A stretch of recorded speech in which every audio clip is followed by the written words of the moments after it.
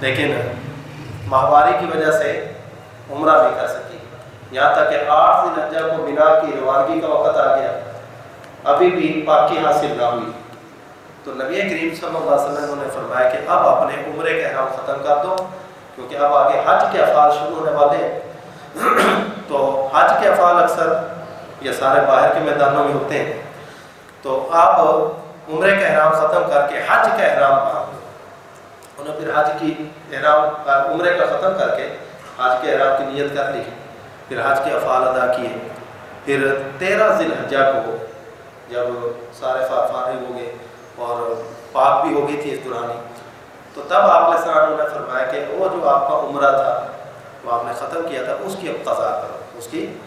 کی قضا کے لیے پھر ان کے بھائی عبد الرحمن ابن ابی بکر رضی اللہ تعالیٰ کو ساتھ بھیجا کہ انہیں اپنے ساتھ لے جاؤ، اور سب سے قریب ترین جو جگہ ہے حرم سے باہر وہ مقام تنعیم ہے، تو وہاں سے احرام باندھ کے اور عمرہ کر لیں۔ چنانچہ انہوں نے پھر اس عمرے کی قضا کی تھی، ورنہ یہ بار بار عمرے کرنا یہ کہیں بھی ثابت نہیں۔ خود نبی کریم صلی اللہ علیہ وسلم کے ایک ہی عمرہ کر کے آئے، جب بھی گئے سفر میں ایک عمرہ کیا۔ ہاں ہمارے 2 عمرے ہو جاتے ہیں، ایک یہاں سے جا کر کرتے ہیں، پھر دوسرا جب مدینہ سے واپس آئیں گے تو دوسرا عمرہ اس وقت ہو جائے گا۔ اس کے علاوہ بار بار عمرے کرنا، بار بار اس طرح پھرانا یہ مکروہ ہے۔ ہاں اس دوران یہ جو اتنا سفر کرنا ہے آدمی نفلی طواف کرے، کر لے۔ آج کل مسئلہ یہ بنا ہوا ہے کہ وہاں پر احرام کے بغیر داخل نہیں ہونے دیتے مطاف کے اندر، وہ کہتا ہے صرف محرم لوگ ہیں نا وہ آ کر طواف کریں۔ پھر لوگ یہ کرتے ہیں کہ احرام کی چادر نہیں کھولتے ہوئے، احرام کی چادر سمیت اندر چلے جاتے ہیں، تو ٹھیک ہے چلے گئے، انہوں نے طواف کر لیا اندر، لیکن اگر وہ پوچھ لیں کہ آپ محرم ہے کہ نہیں، پھر وہاں جھوٹ بولنا جائز نہیں، کیونکہ حرم میں لعنت ہے، بیت اللہ کے اندر جھوٹ بولنا یہ الحاد ہے۔ جیسے اگر آدمی نے چادر توڑ رکھی ہو تو لباس ہے، آدمی نے عمرہ کر بھی لیا پھر بھی اپنا لباس نہیں اتارا، یا بعض ایک صورت یہ بھی ہے کہ دیکھو عمرہ کر لیا ہے، سر منڈانے کے لیے بھی باہر نہ جائے، مسجد کے اندر آئے نا واپس شکرانے کے 2 نفل ادا کیے، اب آدمی کے اندر ہمت ہے اگر تو آدمی کو چاہے کہ نفلی طواف کر لے، سر منڈانے سے پہلے نفلی طواف کر سکتے ہیں، تو 7 چکر لگا کر پھر 2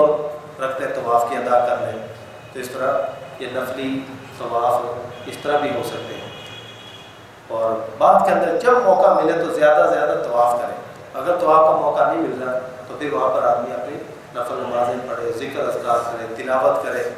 تو غرض ہے کہ اللہ کی عبادت کے اندر مصروف عمل رہے۔ تو 8 ذی الحجہ تک مکہ کے اندر اس حالت میں ٹھہرے کے اپنے آپ کو گناہوں سے لازمی بچانا ہے، وہاں پر بد نظری کا گناہ زیادہ ہوتا ہے، بد نظری سے اپنے آپ کو محفوظ رکھا جائے۔ انشاءاللہ کل 8 ذی الحجہ سے لے کر آگے 13 ذی الحجہ کے جو افعال ہیں حج کے جنم کی تفصیل ذکر کی جائے گی۔ اللہ تعالیٰ سے دعا کہ عمل کی توفیق عطا فرمائے، آمین۔ وآخر دعوانا الحمدللہ رب العالمین۔ اور سوال انتظار